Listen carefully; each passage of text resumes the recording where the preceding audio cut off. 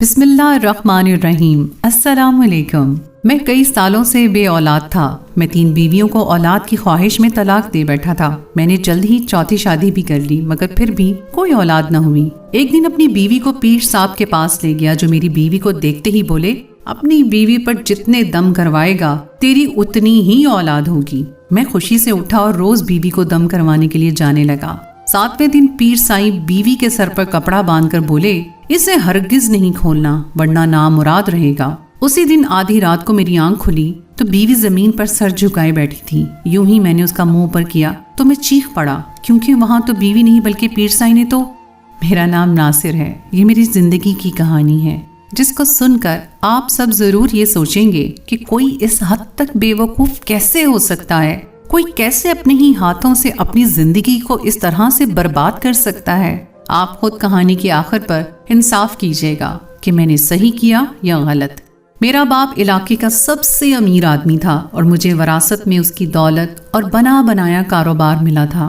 मैं अपने बाप की इकलौती औलाद था। मेरी शादी मेरी कजन से हुई। मुझे औलाद की बहुत ख्वाहिश थी। मैं चाहता था कि मुझे औलाद की नेमत मिले और मेरी औलाद मेरा वारिस बन जाए। मुझे मेरी बीवी से 3 साल की शादी गुजर जाने के बाद भी औलाद का सुख नहीं मिला। मैंने एक दिन गुस्से में आकर उसे तलाक दे दी। वो रोती रही, सिसकती रही, कहती रही कि उसका कोई कसूर नहीं है, ये अल्लाह की मर्जी है। मुझे औलाद की जल्दी थी और मैं उसके साथ मजीद वक्त बर्बाद नहीं करना चाहता था। मेरी पहली बीवी उम्र में मुझसे 3 साल बड़ी थी। वो मेरी कजिन थी, इसलिए मैंने उससे शादी कर ली। पर अब मुझे दूसरी शादी करनी थी। इस दफा मैंने 17 साल लड़की को अपने लिए पसंद किया। मेरे पास दौलत थी, घर था। मुझे बासानी एक जवान और खूबसूरत लड़की का रिश्ता मिल गया। मेरी दूसरी बीवी बहुत खूबसूरत थी। उसे देखकर ही मेरी तबीयत अच्छी हो जाया करती थी। उसने शादी के बाद सैर को जाने की जिद की। मैंने उसकी बात मान ली। इसके अलावा उसमें खास बात ये थी कि उसे अपनी बात मनवाने का तरीका आता था। पर मुझे शादी के पहले ही साल पता चल गया कि वो बांझ है। मैंने उसे छोड़ने में बिल्कुल भी देर नहीं लगाई। मैं औलाद पाने की कोशिश में लगा था और शायद किस्मत ने मेरे साथ ये जिद लगा ली थी। तीसरी शादी करने के लिए मैंने एक ऐसी औरत का इंतखाब किया जिसकी पहले शादी हो चुकी थी और वो बेवा थी और उसकी 2 बेटियां भी थीं।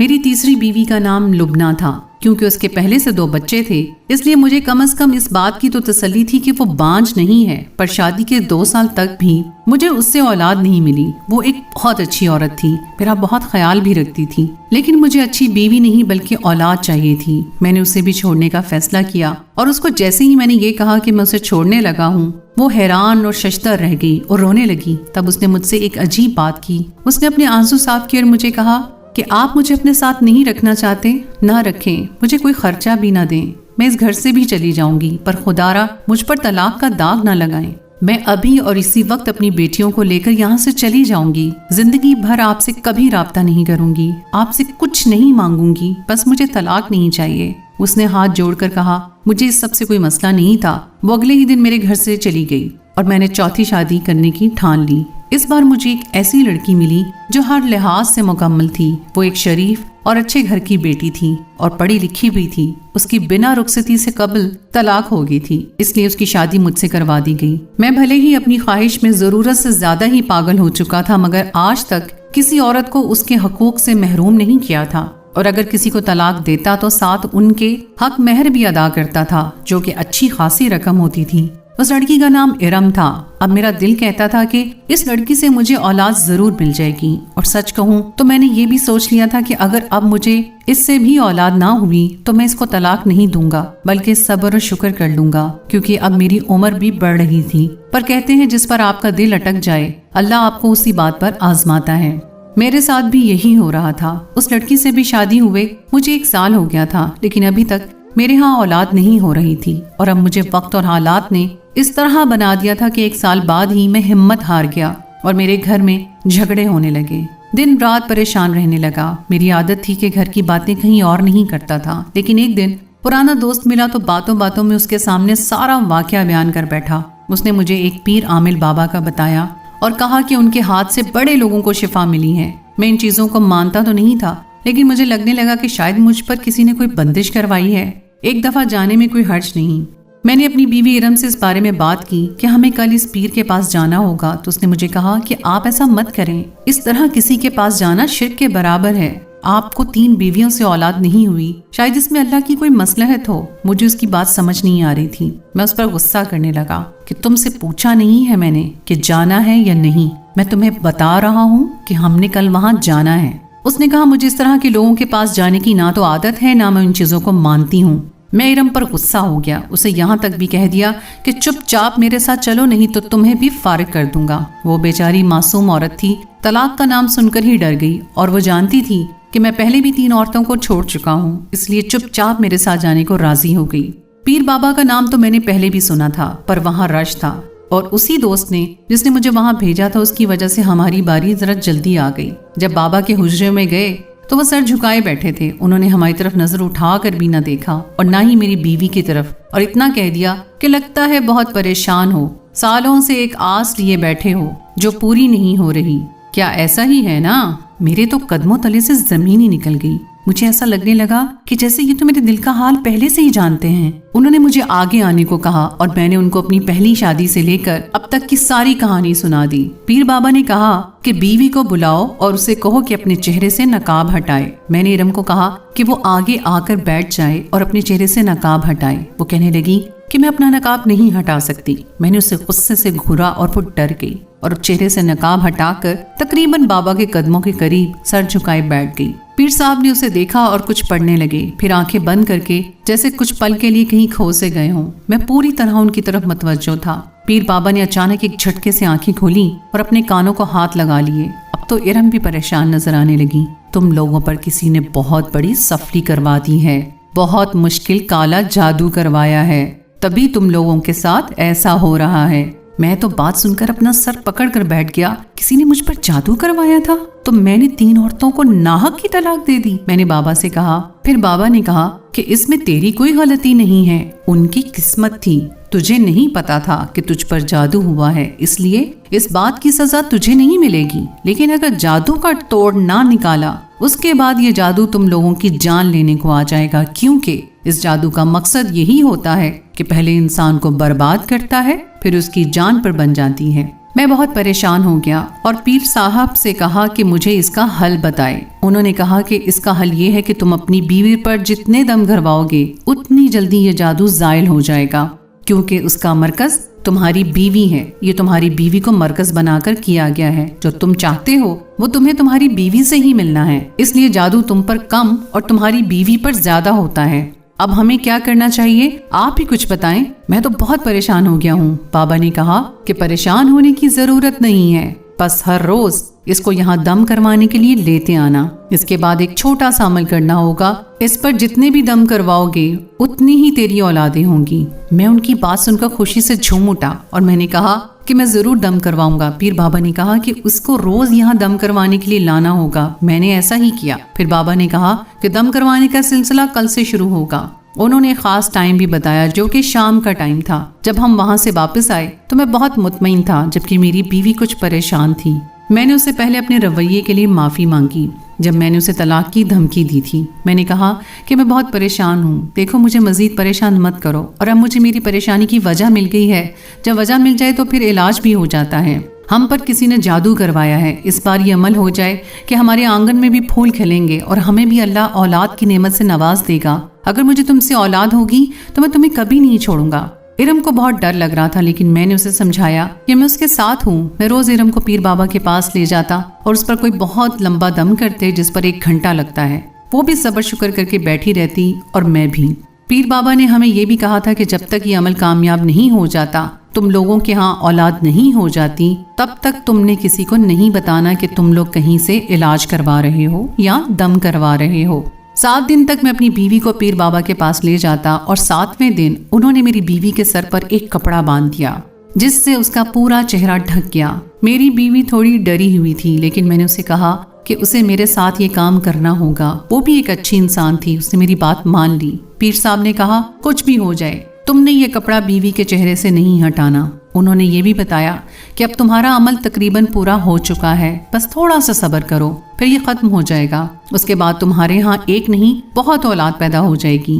میں ارم کو گھر لے آیا اور اس کے چہرے پر کپڑا بندھا ہوا تھا۔ वो चुपचाप एक जगह बैठ गई। 2-3 दिन गुजर गए। रोज पीर साहब के पास जाती। पीर साहब वो कपड़ा हटाते और फिर दोबारा से कपड़ा बांध देते। एक दिन इरम मेरे पास बैठी थी, उसके चेहरे पर कपड़ा बंधा था। मैंने उसके हाथ थाम रखे थे, उसे तसल्ली दे रहा था कि सब ठीक हो जाएगा। मैं जानता हूँ ये सब बहुत मुश्किल है और तुम्हें शायद अच्छा भी नहीं लग रहा होगा, लेकिन मेरा यकीन करो, इसके बाद हम तमाम जिंदगी बहुत खुशी से गुजारेंगे और मैं तुम्हें कोई तकलीफ नहीं पहुँचने दूंगा।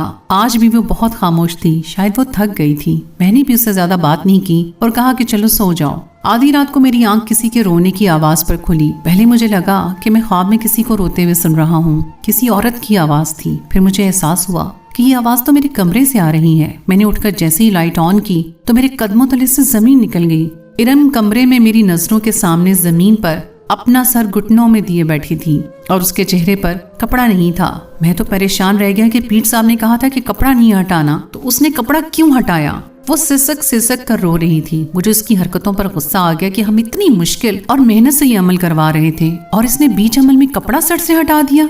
ये अमल तो बर्बाद हो गया होगा। लेकिन जिस तरह वो रो रही थी, मैं उसके करीब गया और किसी तरह अपने गुस्से पर काबू पाकर उससे पूछा कि अब रो क्यों रही हो? क्यों हटाया है तुमने अपने सर से ये कपड़ा? वो रोती जा रही थी और मेरी तरफ देख भी नहीं रही थी। मैंने उसे 2-4 बातें सुनाई कि कौन सा जुल्म हो रहा है तुम्हारे साथ, कपड़ा ही तो बंधा था, तुम्हारी जान तो नहीं ले रहे थे, थोड़ा सा बर्दाश्त नहीं कर सकती थी? अगर मैं बाप बन रहा था तो तुमने भी तो माँ बनना था। माँ का रुतबा कितना होता है जानती हो? अब रोने का क्या फायदा, सारा कुछ तो तुमने मिट्टी में मिला दिया। और अब मेरी तरफ देख क्यों नहीं रही? कुछ तो बोलो। वो अपना चेहरा ऊपर उठा नहीं रही थी और जैसे ही मैं उस पर चिल्ला रहा था वो मजीद रोती जा रही थी। मैंने ही जबरदस्ती उसका चेहरा पकड़कर जब ऊपर उठाया तो मेरे पैरों तले से जमीन निकल गई, क्योंकि वो मेरी बीवी नहीं थी, कोई और लड़की थी जिसको मैं जानता भी नहीं था। वो मुझे देखकर मजीद रोने लगी और मेरे तो अल्फाज मुंह से निकल ही नहीं रहे थे। कौन हो तुम और मेरी बीवी कहाँ है? यहाँ पर कैसे आई हो? वो कोई जवाब नहीं दे रही थी। वो मेरी बीवी की हम उम्र थी और जिसामत में भी तकरीबन उसी की जैसी थी। उसने कपड़े भी इरम के पहने हुए थे। मैं कैसे जान पाता कि वो कौन है? उसके चेहरे पर तो कपड़ा बंधा हुआ था। मैं पागलों की तरह इधर उधर भागने लगा। गाड़ी की चाबी उठाई ताकि पीर साहब के पास जा सकूं और अपनी बीवी के बारे में पता कर सकूं कि मेरी बीवी कहाँ है। जब उस लड़की ने अपनी जुबान खोली और मुझे कुछ बताया, उसने कहा कि मैं आप सबको सब कुछ बताती हूँ। उसने बताया कि मैं पीर साहब के भाई की बेटी हूँ। मेरे मामा पापा इस दुनिया में नहीं है। पीर साहब मेरे चचा हैं और आपकी बीवी पीर साहब के पास है। जब से उन्होंने ये कपड़ा बांधने का अमल शुरू किया है वो मुझे ही आपके पास भेज रहे थे, क्योंकि मैंने उनको कहते सुना था कि ये आदमी बहुत अमीर है। अगर इस आदमी के बच्चे की माँ हमारी बेटी बन गई तो वो हमारी बेटी से शादी करने के लिए मजबूर हो जाएगा और फिर उसकी सारी दौलत और जायदाद हमारी बेटी और इसके बच्चे की होगी। और साथ ही वो आपकी बीवी को पसंद कर बैठे थे। आपकी बीवी को ये कहकर धमकाया है कि वो आपके सामने आपकी बीवी को बदकिरदार साबित कर सकें। और क्योंकि आप पहले से ही 3 बीवियों को तलाक दे चुके थे, इसीलिए चौथी बीवी की तलाक देने से पहले नहीं सोचेंगे। उसने आपकी बीवी को धमका के रखा हुआ है। मुझ पर भी उस घर में बहुत जुल्म होते हैं। मुझे तो खाने की भी इजाजत नहीं, लेकिन अपने मतलब के लिए उन्होंने मुझे इस्तेमाल किया। आपकी बीवी भी जानती है कि उसकी जगह मुझे भेजा जा रहा है। उसने इतना कहा तो मैं फौरन चाबी उठाकर घर से निकल गया। रात का वक्त था लेकिन मैं पीर साहब के घर पहुंच गया। मैंने दरवाजा पीटना शुरू कर दिया लेकिन कोई दरवाजा नहीं खोल रहा था। मैंने बुरी तरह चिल्लाना शुरू कर दिया, दरवाजा खोलो, मेरी बीवी कहाँ है? मेरी बीवी को बाहर निकालो। पीर साहब के गुलाम जो उनके लिए अपनी जान भी दे सकते थे बाहर निकले और मुझसे पूछताछ करने लगे कि तुम कौन हो और इस वक्त तुम्हें क्या चाहिए? कोई नहीं है तुम्हारी बीवी यहाँ पर, चलो दफा हो जाओ यहाँ से।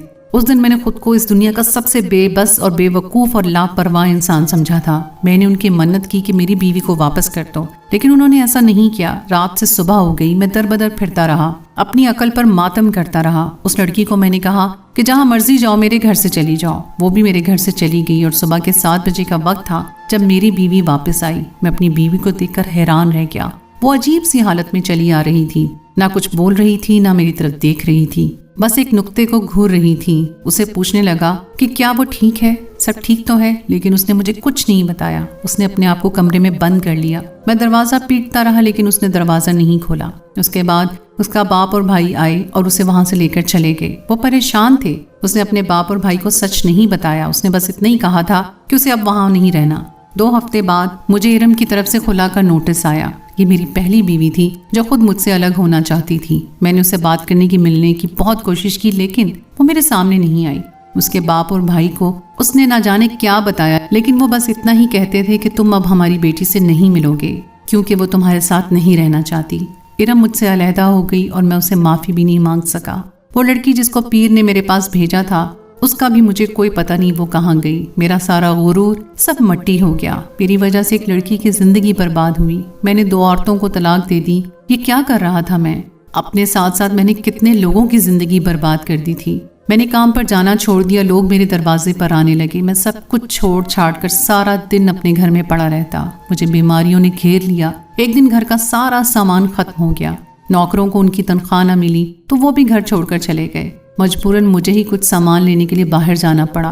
एक दुकान पर खड़ा था कि मैं बेहोश हो गया। जब होश आया तो मैं अपने ही घर में था और मेरे सरहाने पर लुबना बैठी हुई थी, मेरी वही बीवी जिसने मुझे कहा था कि मुझे तलाक नहीं देना, जो एक बहुत अच्छी बीवी थी। लेकिन औलाद ना होने की वजह से मैंने उसे छोड़ दिया था। उसे अपने पास देखकर मैं बच्चों की तरह रोने लगा। उसको सब कुछ बता दिया। उसकी आंखों में भी आंसू आ गए। उसने कहा, जो हुआ आप उसे भूल जाएं, अल्लाह से माफ़ी मांगें, अल्लाह आपको माफ़ कर देगा। मुझे अब औलाद नहीं चाहिए, बस मुझे सुकून चाहिए। मुझे बस सुकून चाहिए जो मुझे कहीं नहीं मिलता है। मैं खुद को मुजरिम समझता हूँ। मैं एहसास गुनाह में मर रहा हूँ। मैं बोल रहा था कि लुबना की दोनों बेटियां वहाँ आईं जो तब बहुत छोटी थीं जब मैंने उनकी माँ से शादी की, इसलिए वो मुझे ही अपना बाप समझती थीं। वो बाबा बाबा बोलती मेरे करीब आई। मुझे ऐसा लगा कि वाकई वो मेरी बेटियां हैं। मैंने उनके सर पर हाथ रखा और उसे कहा कि आज से ये दोनों ही मेरी औलाद हैं। मैं इनको पढ़ाऊंगा, इनकी शादियां करवाऊंगा, इनका ख्याल रखूंगा। ये सुनकर लुबना की आंखों में आंसू आ गए और उसने कहा कि शायद आपका ये इरादा अल्लाह को पसंद आ गया है। आप एक बेटे के बाप हैं जो आपका बेटा है। मैं हैरान और परेशान रह गया। जब मैंने लुबना को तलाक देने की बात की थी वो उस वक्त उम्मीद से थी, लेकिन वो खुद नहीं जानती थी। वो मेरे बेटे को अपनी गोद में उठाकर लाई। वो 7 माह का हो चुका था, बहुत ही प्यारा था। मैं हैरान और परेशान रह गया और सजदे में गिर गया कि मैंने इतना बुरा किया, फिर भी मेरे अल्लाह ने मुझे मेरी ख्वाहिश अता कर दी। मैंने अपने बेटे को गले से लगाया। लुबना ने अब तक उसका नाम नहीं रखा था। मैंने उसका नाम मोहम्मद अरसलान रखा और अपनी बेटियों को भी गले से लगा लिया। मेरे सब बच्चे मेरे साथ रहते हैं, लेकिन कभी कभी मुझे अपने किए पर बहुत दुख होता है और जब भी ऐसा होता है तो मैं अपना सर सजदे में झुका लेता हूँ और अल्लाह से माफ़ी मांगता हूँ कि अल्लाह मुझे माफ़ कर दे। आमीन। तो दोस्तों, उम्मीद है कि आपको आज की वीडियो भी पसंद आई होगी। नेक्स्ट वीडियो तक के लिए मुझे इजाज़त दीजिए। अल्लाह हाफ़िज़।